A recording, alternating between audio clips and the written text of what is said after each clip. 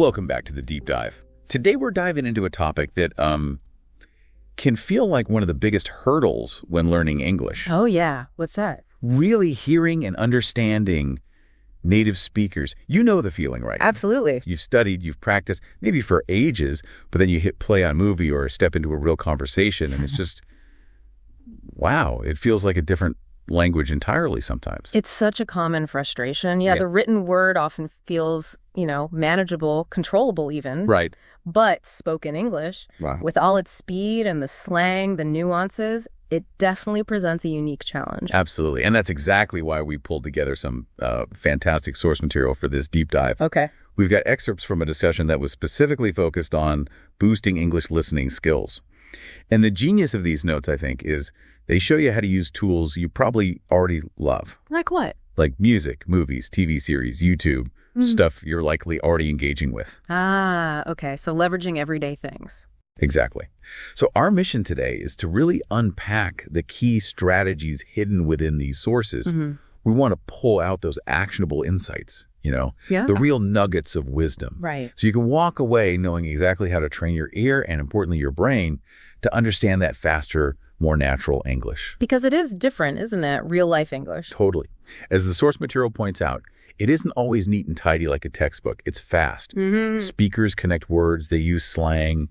It can feel messy. But the truly empowering message here, something we'll keep coming back to, I think, is that great listening isn't about catching every single word. It's about understanding the message. That's a key distinction. Yeah. Understanding the core communication. Exactly. And that's a skill you absolutely can build. Okay, I'm ready. Let's dive in. So let's start with that feeling. Why does listening feel so much harder than reading sometimes? You've got the vocabulary, maybe you understand complex sentences on the page, but put a native speaker in front of you talking normally, and parts just, poof, they disappear. It's almost universal for language learners, that experience. The source identifies a few key culprits, things that make it tough. Like what? Well, first off, just the speed. Plain and simple. Right. It's fast. Native speakers don't pause and enunciate each word distinctly for you, like in a lesson. They speak at a natural, flowing pace. It's continuous. Yeah, it really is a stream of sound, isn't it? Not individual drops. That's a great way to put it. And within that stream, sounds change. They morph. The source highlights reductions where common phrases get compressed. Ah, reductions. Okay. Think going to becoming gonna. Right. Or want to turning into wanna. Exactly. If you're listening for the full, clearly pronounced going to, your brain might completely miss it when someone says gonna. It just doesn't match the pattern you expect. Oh, those are definitely huge stumbling blocks. I know they were for me. Yeah, they are for most people. And then there's just the rich tapestry of real English. You've got slang, idioms, phrasal verbs, expressions that just don't translate word for word. Plus the sheer variety of accents and different speaking styles out there. It really is like the difference between seeing a map of a hiking trail, all neat lines, and then actually navigating the uneven ground, the roots, the unexpected puddles. It's way messier in reality. That's a perfect analogy. The source acknowledges this directly. Real English lacks that kind of manufactured clarity you find in learning materials. It's spontaneous, it's quick, and it absolutely uses those natural shortcuts, those reductions. But here's the pivotal insight from the source, the thing to really hold on to. Okay. Your goal isn't to transcribe perfectly in your head. It's not about getting every single syllable right. Right. It's about training your ear to recognize the important patterns and focusing your brain on extracting the overall meaning, the message. Okay, wow. That immediately reframes the task, doesn't it? It takes some pressure off. It should. You're not aiming for perfect transcription, but robust comprehension. Okay. So the source material introduces two key modes or approaches to listening, passive and active. How do those differ? Think of them as like two different gears you can be in when you listen. Yeah. Passive listening is sort of like having English just on in the background. Like maybe putting on a movie in English while you're cleaning the kitchen or cooking dinner. Precisely. Or listening to English music while you're driving or on the bus. You're not intensely focusing on understanding every single word. No. But you're immersing yourself in the sounds, the rhythm, the general feel of the language. It builds a level of comfort and familiarity almost subconsciously. Okay. So less effort, maybe, but consistent exposure. Yeah. Makes sense. What does the source say about active listening then? Right. Active listening is where the deliberate work happens. This requires your full attention. You have to be switched on. Okay. You're actively engaging with the content. That might mean pausing something, repeating phrases you didn't catch, writing things down, trying to analyze exactly what's being said and how.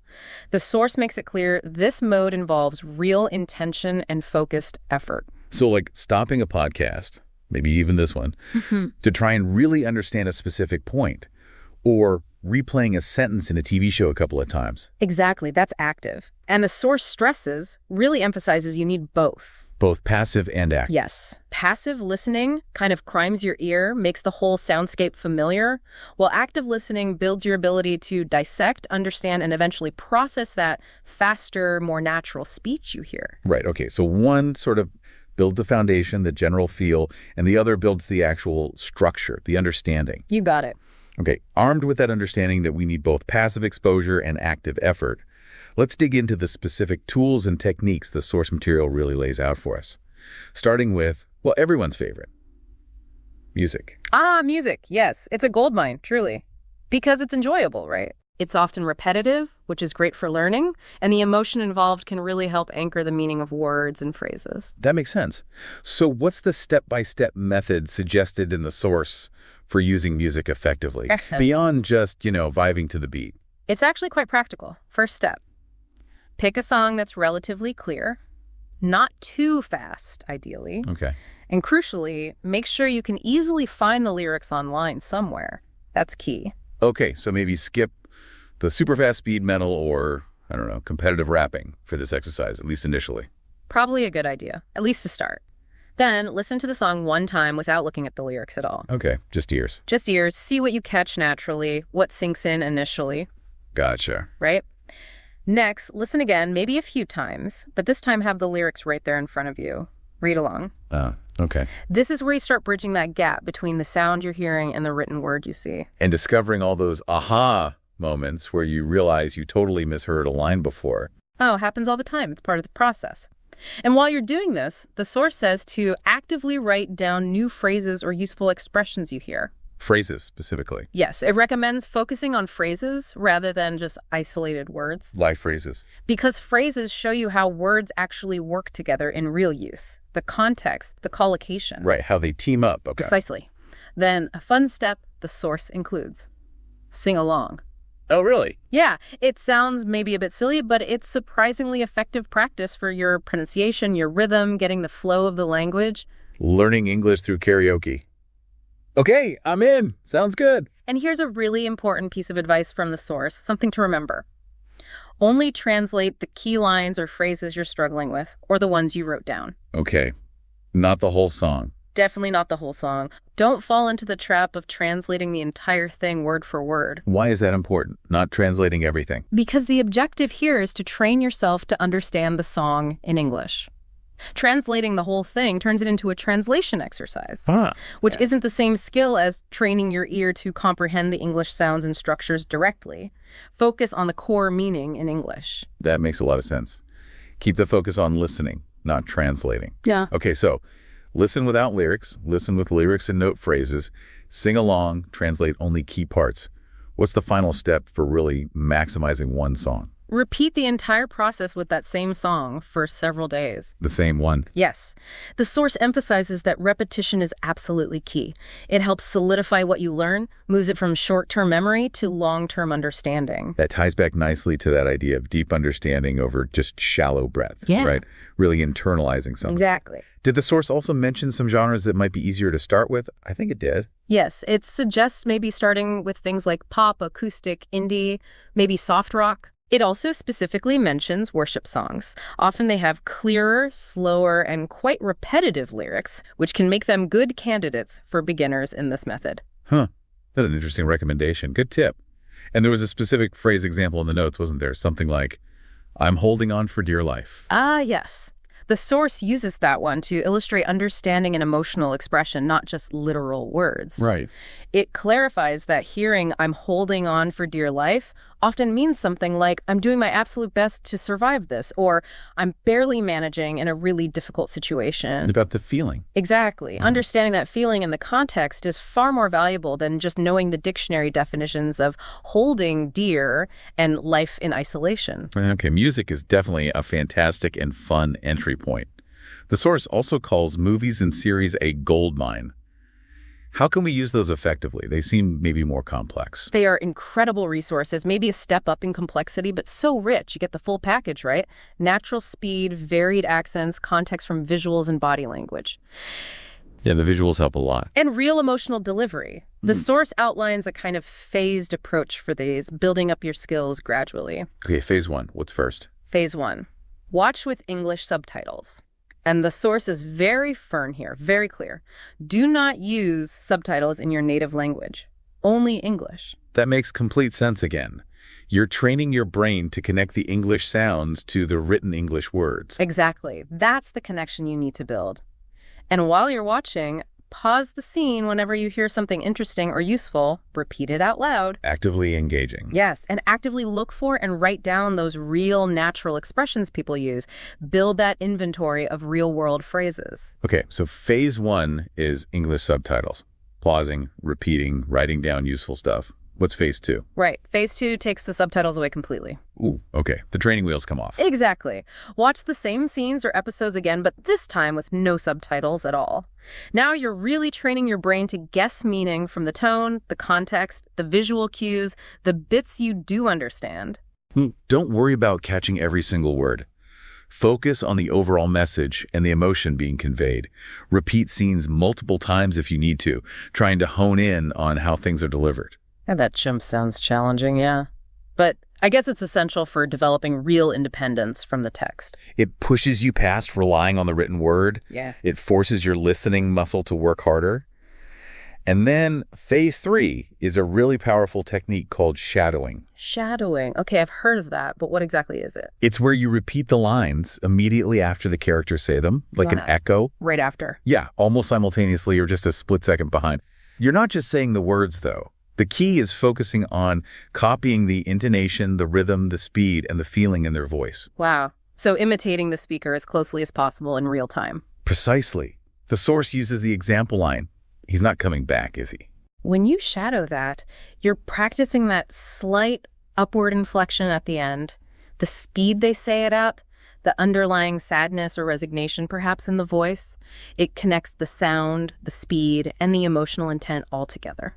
Shadowing seems like it would not only help with listening comprehension, but also make your own speaking sound much more natural over time. It absolutely does. That's one of the big benefits. It trains your ear and your mouth together to replicate those natural English patterns. Great for pronunciation and fluency, too. Okay, that's a powerful technique.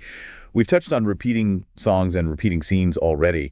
The source material introduces a specific strategy centered on repetition called the 3 times rule. Oh. What's that about? Yeah, this is a method highlighted in the source specifically for truly absorbing a piece of content, particularly something a bit longer, like, say, a whole TV episode or a substantial video clip. Okay, the 3 times rule. How does it work in practice? The core idea is to engage with the same piece of content 3 distinct times, but with a different focus each time. Makes sense.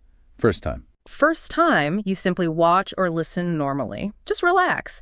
Your goal is just to get the general story, the main idea, the gist of it. Just let it wash over you initially. Get the basic picture. Exactly. Passive, almost. The second time, you listen or watch again, but much more actively. This is where you might pause, try to catch lines you missed before, identify key phrases, maybe look up a word or two and focus on specific details. You're really digging into the content now. Right, that's the active listening phase we talked about. Yes. And then, the third time, you speak along. Like shadowing. Similar, yeah. As you listen, repeat the lines out loud, either trying to speak at the same time as the speaker or immediately after them, like an echo. This reinforces both your listening recognition and your speaking fluency. Listen normally, listen actively focusing on details, then listen and speak along. 3 times. That's the rule. The source clearly puts a really high value on this kind of repetition over just constantly seeking out brand new material all the time. Yeah, it seems counterintuitive sometimes, doesn't it? We always want the new thing. We do. But the source makes a really important point about this. It argues that spending time gaining a deep understanding of a smaller amount of quality content, really mastering those natural reductions, those common phrases, the real conversational speeds within that content, is significantly more effective for your improvement. More effective than what? Than superficially consuming vast amounts of different material every single day without really absorbing it. That is actually a huge relief. It tackles that feeling, that pressure, like you need to watch every new show and listen to every podcast just to keep up or improve. It reframes what efficiency means in language learning. Deep understanding and internalization of useful language is much more valuable for a long-term retention and actual application than just, ticking off hours of new content watched or listened to. That really resonates, especially for busy people. Deep understanding is key. Okay, now, going back to those tricky sounds for a minute, the source talks about vocabulary you can hear but not spell. Or maybe you know it when you read it, but you miss it entirely when someone says it. Why is that so common? Yeah, it comes right back to how spoken English differs so much from written English. As we mentioned, sounds get linked together, they get reduced. Sometimes they change completely in rapid natural speech. So you might know the words going and to perfectly well when you see them written. Absolutely. But when you hear someone say gonna, maybe quickly in a sentence, it just doesn't immediately register as going to in your brain. Exactly that. Your recognition vocabulary for fast speech often lags way behind your reading vocabulary. It's normal. The source provides some excellent, really common examples of these spoken forms. Let's hear them. Okay, so want to often becomes wanna. Yeah. Going to becomes gonna. Did you often sounds like did you. Did you? Yeah.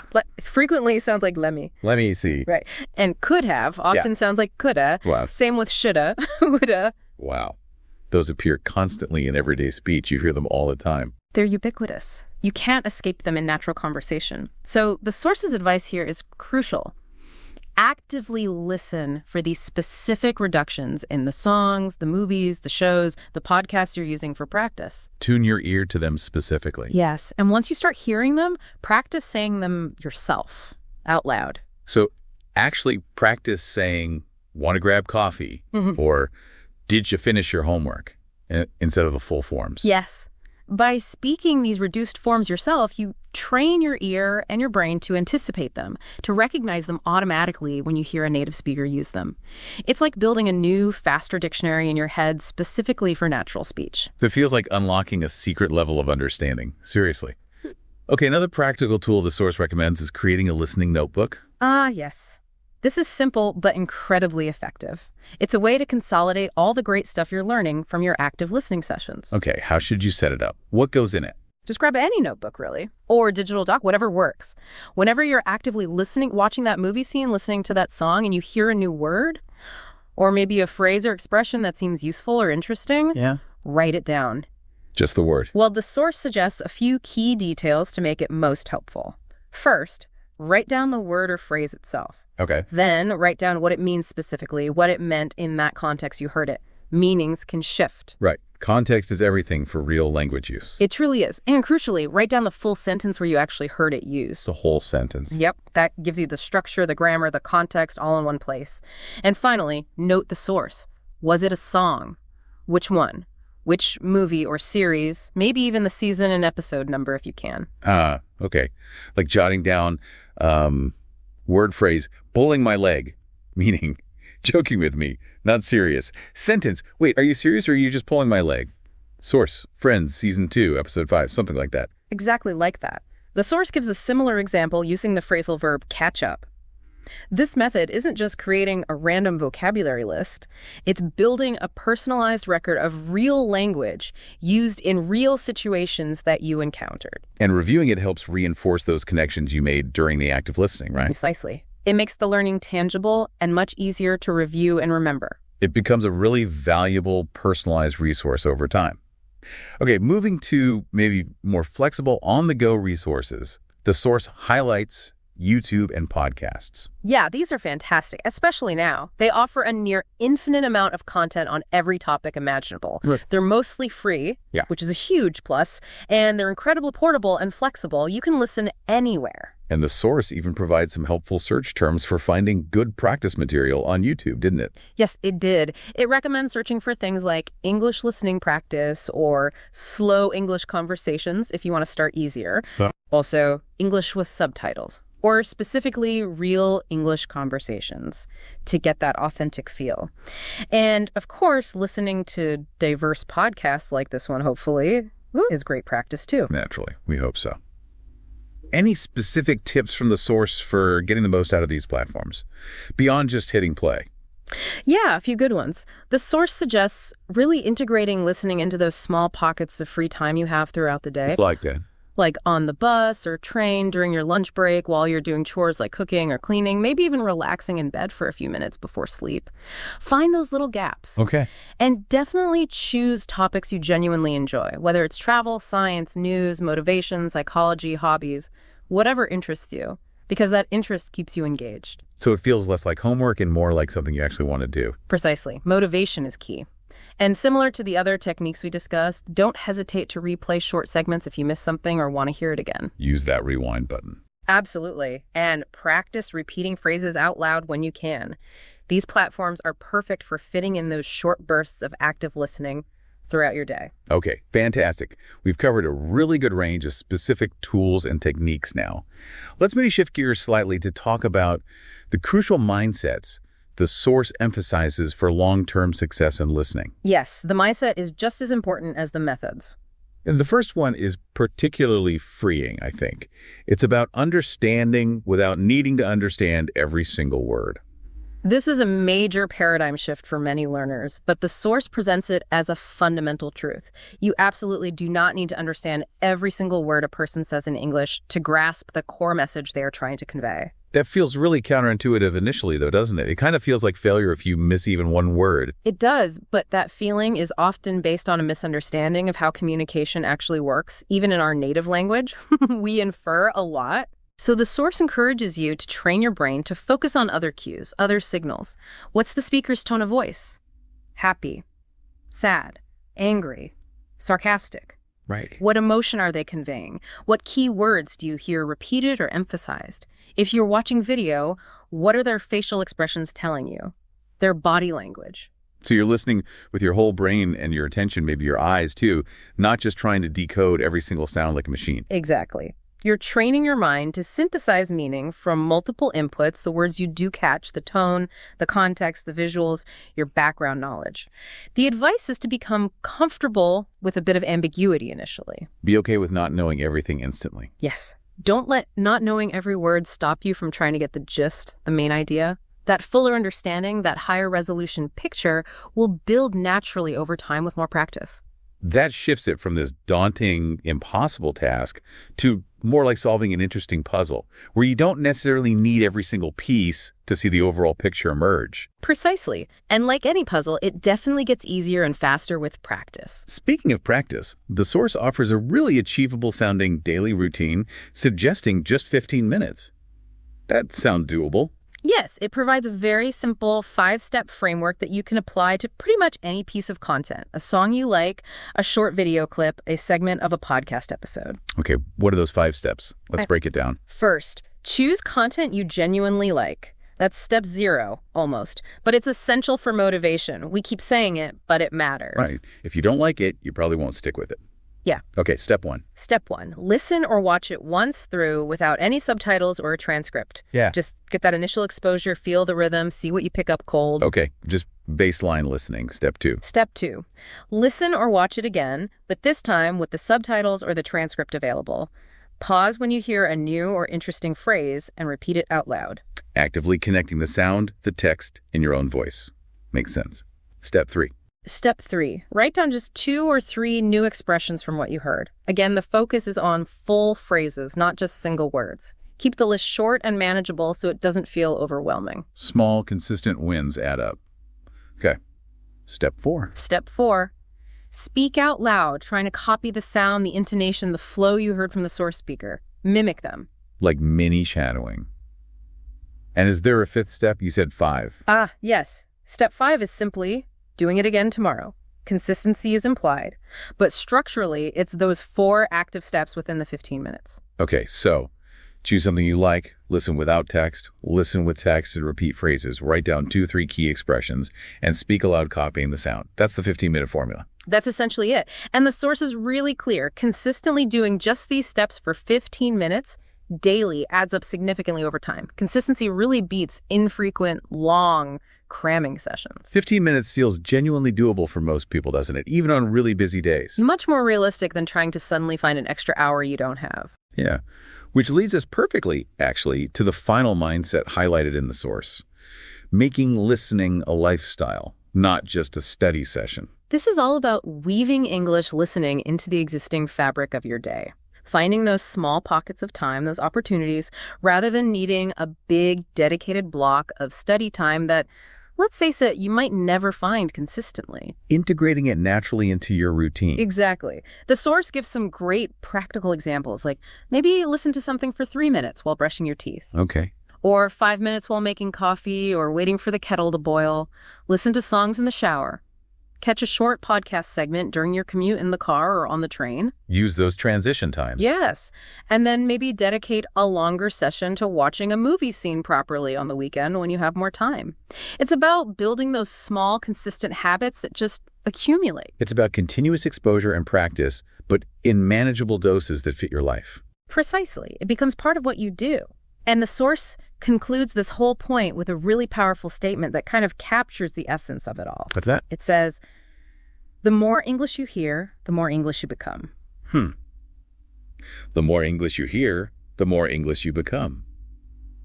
That really encapsulates the idea, doesn't it? That it's not just about learning facts about the language, but about absorbing it, integrating it, making it part of you through consistent input. It highlights that transformative power of simply being exposed to the language regularly and, crucially, engaging with it actively whenever you can, even in small ways. It changes how your brain processes it.